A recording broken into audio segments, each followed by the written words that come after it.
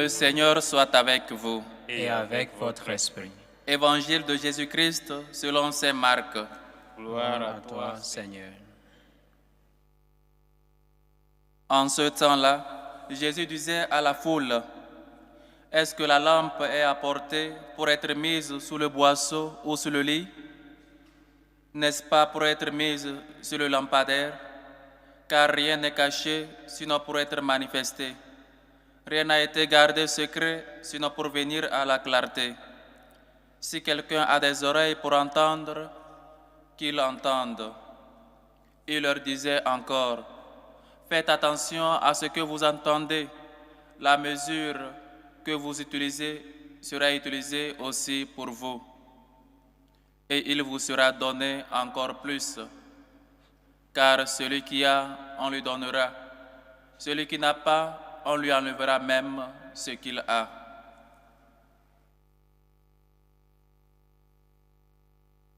Acclamons la parole de Dieu. Louange à toi, Seigneur Jésus.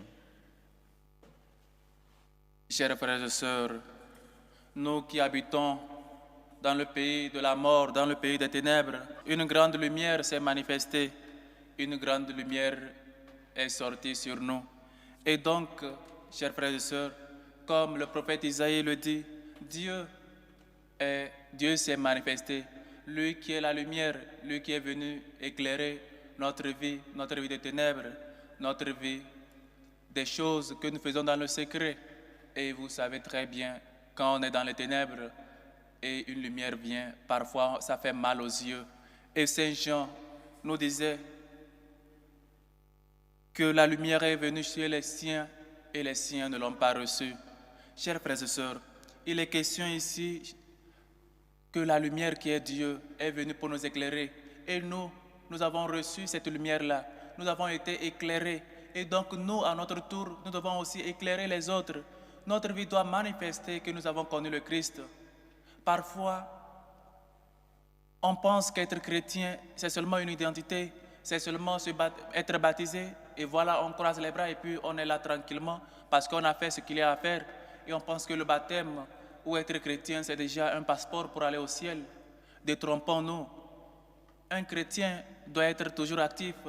Un chrétien ne peut pas être passif. Un chrétien doit toujours marcher de plus près pour suivre les pas du Seigneur, pour être toujours dans cette clarté, dans cette lumière, pour que cette lumière qu'est le Christ puisse toujours l'illuminer, puisse toujours illuminer sa vie, pour que lui, à son tour, puisse illuminer la vie des autres.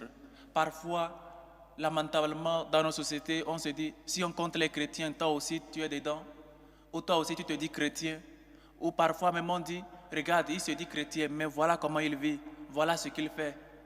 Parce qu'on n'est pas encore cette lumière, on n'est pas encore arrivé à ce niveau-là qu'on doit être, qu'on doit arriver, pour toujours et en tout lieu, en toutes circonstances, montrer qu'on est des chrétiens et que nous puissions être des exemples à suivre, des exemples parce que nous avons connu celui qui est venu nous illuminer, lui qui est la lumière. Et donc nous participons de cette lumière. Et donc il faut qu'on soit transparent. Il faut que la lumière que nous avons reçue de Christ puisse aussi arriver à nos frères et sœurs, puisse aussi arriver à nos familiers, en faisant de notre vie un exemple, en faisant de notre vie une lampe allumée dans la maison, dans la famille, pour éclairer les uns et les autres. Chers frères et sœurs, nous ne pouvons pas le faire si nous ne sommes pas unis au Christ. Nous ne pouvons pas être lumière. Et parfois, c'est ce qui fait que notre vie n'est pas un exemple, parce qu'on prend, soit on veut être notre propre exemple, et donc on échoue carrément, parce qu'on n'a pas encore connu le Christ. On doit porter des fruits. On est appelé à porter des fruits que le Seigneur espère de nous. Être chrétien, c'est être toujours appelé à porter des fruits. C'est être meilleur aujourd'hui que hier, être meilleur demain qu'aujourd'hui. Et donc, il faut qu'il y ait un cheminement. Il faut toujours continuer la marche vers la suite du Seigneur. Et c'est un escalier. On ne peut pas toujours être au même lieu. Il faut toujours croître, il faut toujours avancer, il faut toujours monter. Voilà ce qu'il faut faire de nous, des exemples, des lumières. Et chaque jour, comment nous pouvons être lumière si nous avons honte de manifester notre foi? Combien de fois nous récitons le chapelet en groupe ou sur la route. Combien de fois nous sommes capables de faire le signe de croix avant de manger parce que nous avons honte du Christ. Et les gens le savent, nous le savons. Combien de fois les musulmans prient, soit ils tiennent leur chapelet. Toujours sur la route, tu les vois avec leur chapelet dans la main. Mais nous les chrétiens, on les cache. Comment donc on va illuminer la vie des autres? Parce que notre propre vie n'est pas illuminée. Ce qu'on n'a pas, on ne peut pas le donner, chers frères et sœurs.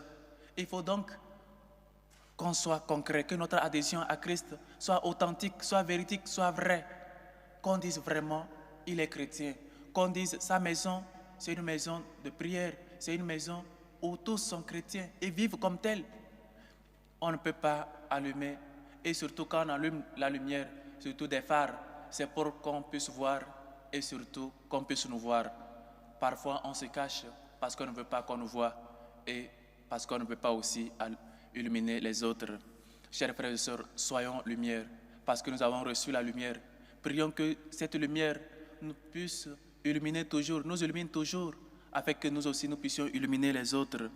Et donc, le Seigneur nous dit, faites attention parce que la mesure que vous utilisez pour les autres sera utilisée contre vous.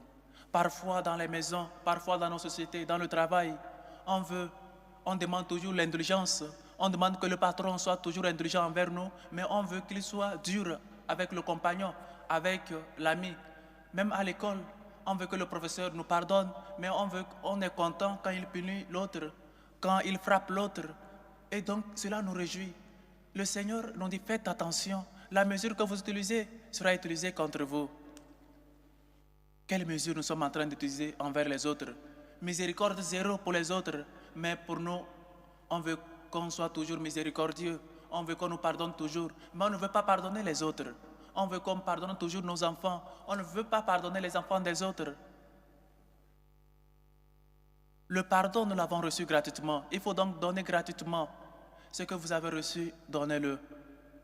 Et donc, parfois notre vie, on oublie ce que nous sommes vraiment en Christ.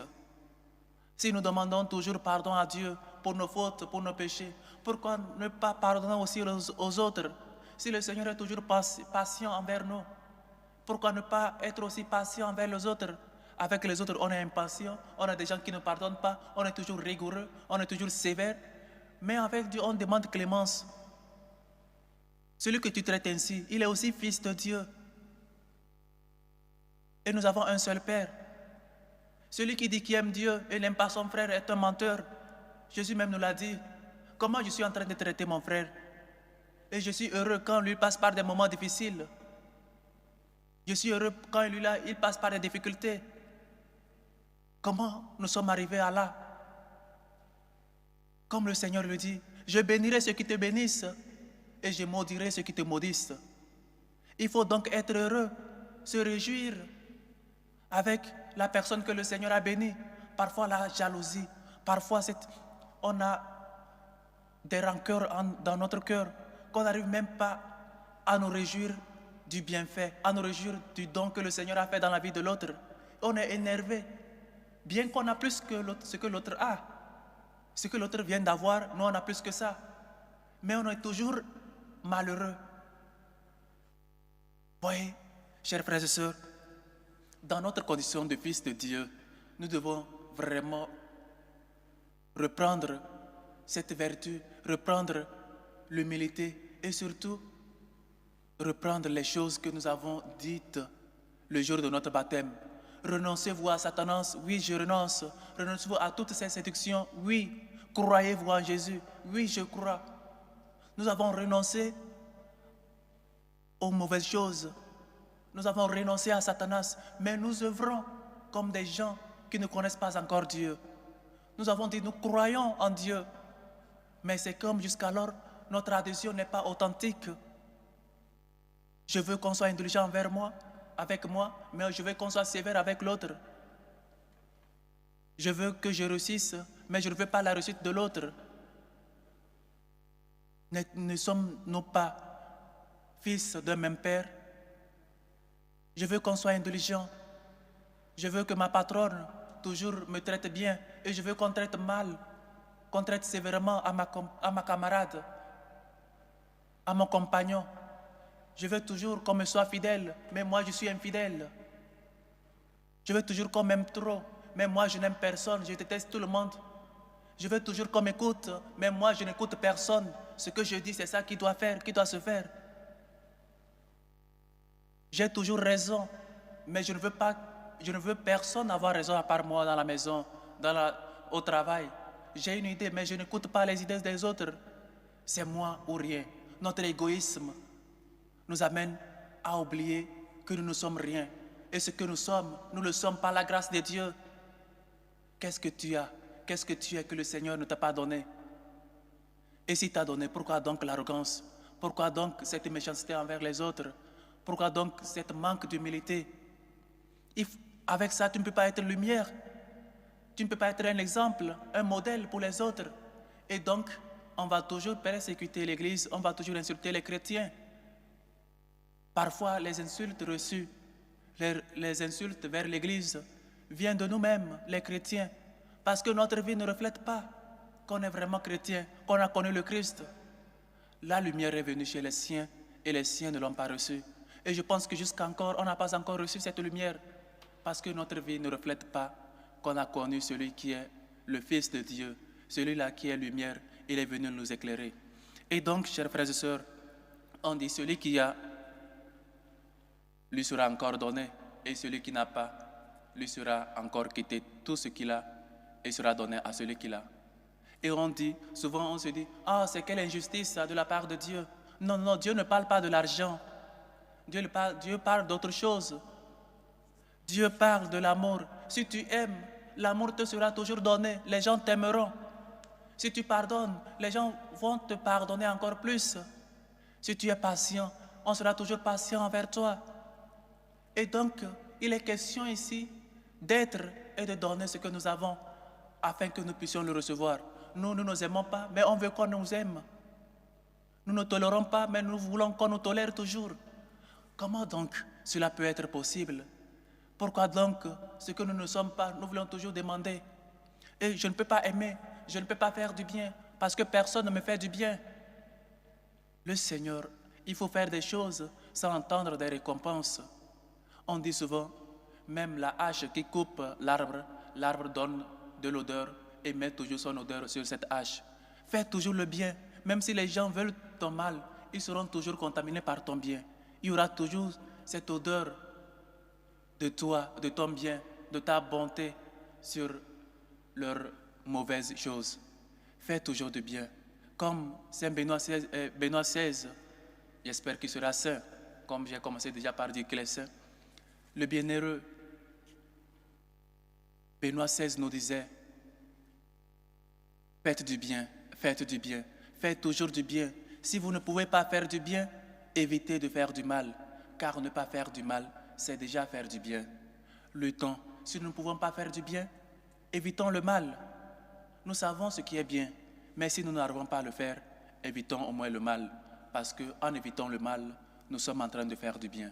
La mesure que vous utilisez sur les autres sera utilisée contre vous, sera utilisée contre toi. Fais du bien et on te fera du bien. Donne et on te donnera. Sois patient et on sera aussi patient avec toi. Sois tolérant et on sera aussi tolérant envers toi. Sois toujours miséricordieux. Soyez miséricordieux parce que votre Père, notre Père célestial, est miséricordieux. Luttons toujours qu'on soit des lumières allumées pour vraiment allumer nos frères et sœurs. Laissons que notre vie soit transparente, que nous puissions toujours profiter et toujours être près de celui qui est lumière et qui est venu illuminer nos vies. Que le Seigneur nous aide afin que nous puissions toujours être bons envers les autres, nos frères et sœurs, être toujours pour eux un exemple de vie et toujours des bons chrétiens à la suite de Jésus-Christ, lui qui est lumière, lumière sans faute, lumière sans ténèbres. Loué soit Jésus-Christ. À jamais.